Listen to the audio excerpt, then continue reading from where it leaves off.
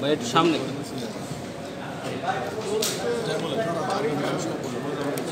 এই পর্যায়ে আজকের সংবাদ সম্মেলনের মূল বক্তব্য উপস্থাপন করবেন রিহাবের সদ্য নির্বাচিত সম্মানিত প্রেসিডেন্ট জনাব Mohammad Wahiduzzaman.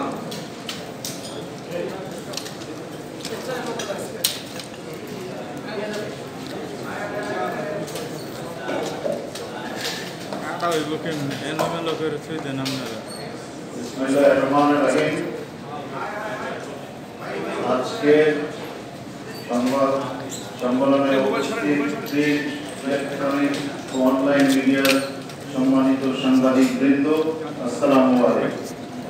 Real estate and housing association of Bangladesh রিয়াবের পক্ষ থেকে শুভেচ্ছা ও সালাম গ্রহণ করি।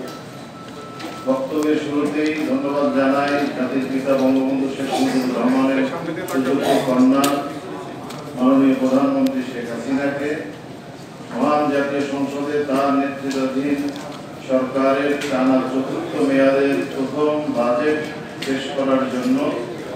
নানা সীমাবদ্ধতার সত্ত্বেও মাননীয় প্রধানমন্ত্রীর সাহসী ও দক্ষ নেতৃত্বে অর্থনীতি এগিয়ে গেছে অনেক দূর। বহুল আকাঙ্ক্ষিত পদ্মা সেতু, metro rail, Karnaphuli tunnel, elevated expressway, Chattogram Cox's Bazar rail line সহ দেশের বিভিন্ন উন্নয়ন প্রকল্প আর স্বপ্ন নয়, তা এখন বাস্তবতা। তিনি শুধু স্বপ্ন দেখাননি, স্বপ্নকে বাস্তবায়ন করেছেন।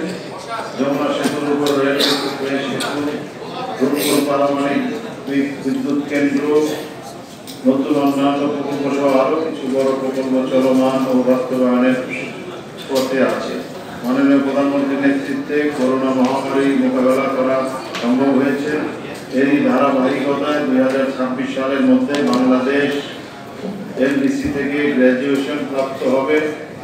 আজকের সংবাদ সম্মেলনে উপস্থিত সাংবাদিকদের গত 6 জুন বৃহস্পতিবার 2024 তারিখে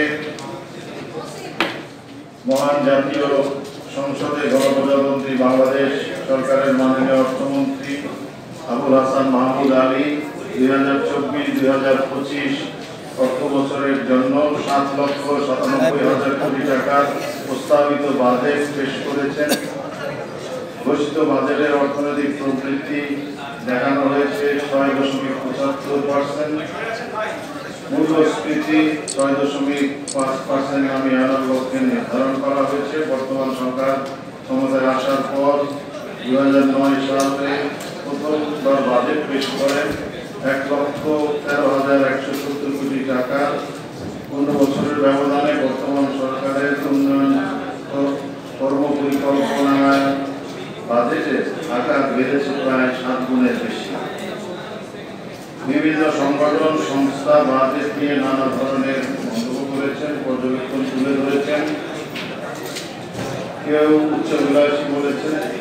আমরা মনে করি বাজেট ঘোষণার পর দেশের বিশিষ্ট অর্থনীতিবিদ এবং স্টেক হোল্ডারদের দলগত মতামত এবং পরামর্শকে প্রাধান্য দিয়ে দেশের অর্থনৈতিক উন্নয়নের স্বার্থে যেসব বিষয় বাজেটে বাদ পড়েছে তা সংযোজন করে বাজেট পাস করা উচিত। বাজেটে যে প্রবৃদ্ধি দেখানো হয়েছে তা সম্ভব হবে যদি আবাসন সেক্টর সহ উৎপাদনমুখী খাতগুলো সহজ ও সচল ও গতিশীল থাকে।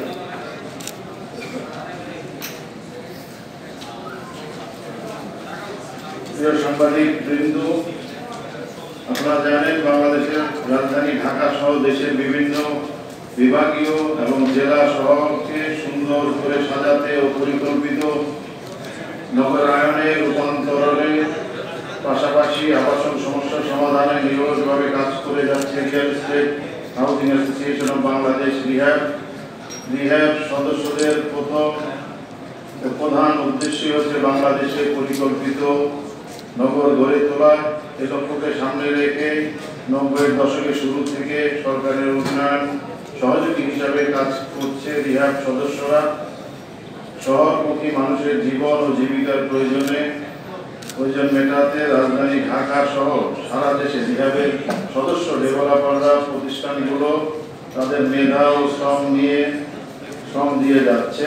পরিকল্পিত নগর নির্মাণের জন্য প্রতিটি ব্যক্তির স্বপ্ন একটি সুন্দর সাজানো পরিবার, আর রিহাবের স্বপ্ন সক্রিয় পরিবার নিয়ে একটি সাজানো বাংলাদেশ। দেশে পরিবেশ বান্ধব আবাসনের স্বপ্ন পূরণে আমরা দৃঢ় প্রত্যয়ী। সম্মানিত সাংবাদিক বন্ধুরা, প্রতিটি মানুষের স্বপ্ন একটি সুন্দর বাসস্থান। প্রবাসে যারা বিভিন্ন কাজে যায়, শিকড়ের টানে তাদেরও প্রথম পছন্দ নিজ দেশে একটি সুন্দর বাসস্থান। সুন্দর মনোরম স্থায়ী বাসস্থান সব মানুষের স্বভাবজাত প্রবৃত্তি। বাংলাদেশের গৃহায়ন শিল্প প্রতি বছর প্রবাসী বাংলাদেশিদের নিকট হতে উল্লেখযোগ্য পরিমাণ বৈদেশিক মুদ্রা উপার্জনে এবং দেশের আভ্যন্তরীণ রাজস্ব আহরণে কার্যকর ভূমিকা রাখছে। রিহাব প্রতিষ্ঠানগুলো ফ্ল্যাট তৈরির মাধ্যমে আবাসনের মালিকানা সহজলভ্য করে মানুষের মনে আত্মনির্ভরশীলতা সৃষ্টি করছে। এছাড়া সরকারের রাজস্ব আয়, কর্মসংস্থান, লিঙ্কেজ শিল্প প্রসারের মাধ্যমে সমগ্র নির্মাণ খাত জাতীয় অর্থনৈতিক প্রবৃদ্ধিতে অত্যন্ত গুরুত্বপূর্ণ অবদান রেখে আসছে। বাংলাদেশের আবাসন সেক্টর শুধু আবাসনই সরবরাহ করছে না, একই সাথে 40 লক্ষ শ্রমিকের উপর নির্ভরশীল 2 কোটি লোকের খাদ্যের যোগান দিচ্ছে, সৃষ্টি করছে নতুন নতুন উদ্যোক্তাতে, যা প্রকারান্তরে দেশের উন্নয়নে শক্তিশালী ভূমিকা রাখছে। আবাসন শিল্পের কতিপয় অবদানগুলো তুলে ধরতে চাই। প্রথমত, জাতীয় অর্থনৈতিক প্রবৃদ্ধিতে এই সেক্টরের 12% মতো অবদান রাখছে। বাসস্থান সরবরাহের মাধ্যমে দেশের আবাসন সমস্যার সমাধান করছে। এই সেক্টরে প্রায় 40 লাখ শ্রমিকের কর্মসংস্থান হয়েছে। প্রকৌশলী, স্থপতি ও ব্যবস্থাপক সহ অনেক শিক্ষিত, পেশাদার ও দক্ষ মানুষের কর্মসংস্থান সৃষ্টি করেছে। 200-র অধিক লিঙ্কেজ শিল্প বিকাশে ফলপ্রসূ ভূমিকা রাখছে। সরকারের রাজস্ব বৃদ্ধিতে সহায়তা করছে। পরিবেশ বান্ধব ও ভূমিকম্প ঝুঁকিমুক্ত অবকাঠামো নির্মাণ করছে। বৈদেশিক মুদ্রা আহরণে সরকারকে সহযোগিতা করছে। রিহাব এর ট্রেনিং ইনস্টিটিউট এ পর্যন্ত 21,000-এর অধিক প্রশিক্ষিত দক্ষ শ্রমিক শ্রমবাজারে সংযুক্ত করেছে। দেশের পর্যটন শিল্প বিকাশে ও সমৃদ্ধিতে অবদান রাখছে।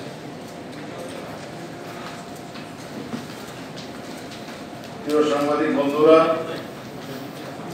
শুধু অতীতে যাত্রা শুরু করে আমাদের এই রিয়েল এস্টেট ব্যবসা সরকারি সহযোগিতা ছাড়াই বেসরকারি উদ্যোক্তাদের একান্ত প্রচেষ্টায় গড়ে ওঠে, নিজের পায়ে দাঁড়িয়ে হাঁটি হাঁটি পা করে চলতে থাকে এবং অর্থনীতিতে বিরাট অবদান রাখে। দীর্ঘদিন এই খাত ভালো চলছিল, কিন্তু বিগত কয়েক বছর যাবৎ এই আবাসন শিল্প নানাবিধ প্রতিবন্ধকতার সম্মুখীন হয়েছে। অতিমাত্রায় কর আরোপ ও সরকারের নীতি সহায়তার অভাবে ক্রমে দেশের আবাসন খাত মারাত্মক সংকটে পতিত হয়েছে। কোভিড মহামারীকালীন পরিস্থিতি সহ বৈশ্বিক অর্থনৈতিক মন্দা, রাশিয়া ইউক্রেন যুদ্ধ ও ডলার সংকট, নির্মাণ সামগ্রীর মূল্য বৃদ্ধি ও এই শিল্পে নানা সংকট তৈরি করেছে। ফলে ফ্ল্যাটের সরবরাহ কমে গেছে এবং ফ্ল্যাটের দাম বৃদ্ধি পেয়েছে। এই খাতে পর্যাপ্ত আর্থিক ঋণ প্রবাহ না থাকা এবং প্রাপ্ত নীতি সহায়তার অভাবে অনেকে বাসস্থানের স্বপ্ন পূরণ হচ্ছে না। নতুন করে যুক্ত হয়েছে ব্যাংকের সুদের হার বৃদ্ধি এবং বৃহৎ আবাসিক এলাকার প্রজ্ঞাপনকৃত ড্যাবে পারের মান হ্রাস করার কারণে ভবনের উচ্চতা এবং আয়তন কমে যাওয়ায় এই সেক্টরের সংকট আরো ঘনীভূত হয়েছে। ড্যাবের পারের মান সংক্রান্ত ইস্যুতে আমরা আপনাদের সাথে পরে বিস্তারিতভাবে কথা বলবো অন্য কোনো দিন। নানাবিধ সমস্যা এই আবাসন খাত এবং এই খাতের সাথে সংশ্লিষ্ট শিল্পগুলোকে সংকটে ঠেলে দিচ্ছে। এই অবস্থায় সব দিক বিবেচনা করে সরকারের আশু পৃষ্ঠপোষকতা ছাড়া এই সেক্টরের সংকট উত্তরণ সম্ভব নয়। দেশের আবাসন খাত গতিশীল থাকলে দেশের অর্থনীতি গতিশীল থাকে। এটা আমরা দীর্ঘদিন যাবৎ বলে আসছি। বর্তমান আবাসন খাতে স্থবিরতা বিরাজ করার কারণে দেশের অর্থনীতিতে এর একটি বিরূপ প্রভাব পড়েছে। উপস্থিত সাংবাদিক বৃন্দ, আপনারা ইতিমধ্যে অবগত হয়েছেন যে মহান জাতীয় সংসদে বাজেট প্রস্তাব উত্থাপনের পূর্বে রিহাব থেকে জাতীয় রাজস্ব বোর্ডের চেয়ারম্যান সহ সরকারের কাছে বাজেটের সংক্রান্ত দাবি তুলে ধরা হয়েছে এবং তা নিয়ে ভিন্ন ভিন্ন বৈঠক অনুষ্ঠিত হয়েছে। গণমাধ্যমে আমাদের দাবি এবং প্রস্তাবগুলো নিয়ে বিভিন্ন প্রতিবেদনও প্রকাশিত হয়েছে।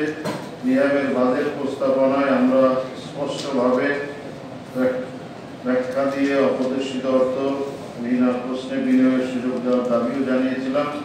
2020-21 অর্থ বছরে বিনা প্রশ্নে বিনিয়োগের সুযোগ থাকায় 20,600 কোটি টাকা অর্থনীতির মূল ধারায় এসেছে। সরকারের 2,000 কোটি টাকার উপর রাজস্ব পেয়েছে। প্রস্তাবিত বাজেটে সুযোগ রাখায় আমরা মাননীয় প্রধানমন্ত্রী, অর্থমন্ত্রী, পরিকল্পনা মন্ত্রী সহ সংশ্লিষ্টদের ধন্যবাদ জানাই। এটি বাস্তবসম্মত ও সময় উপযোগী পদক্ষেপ।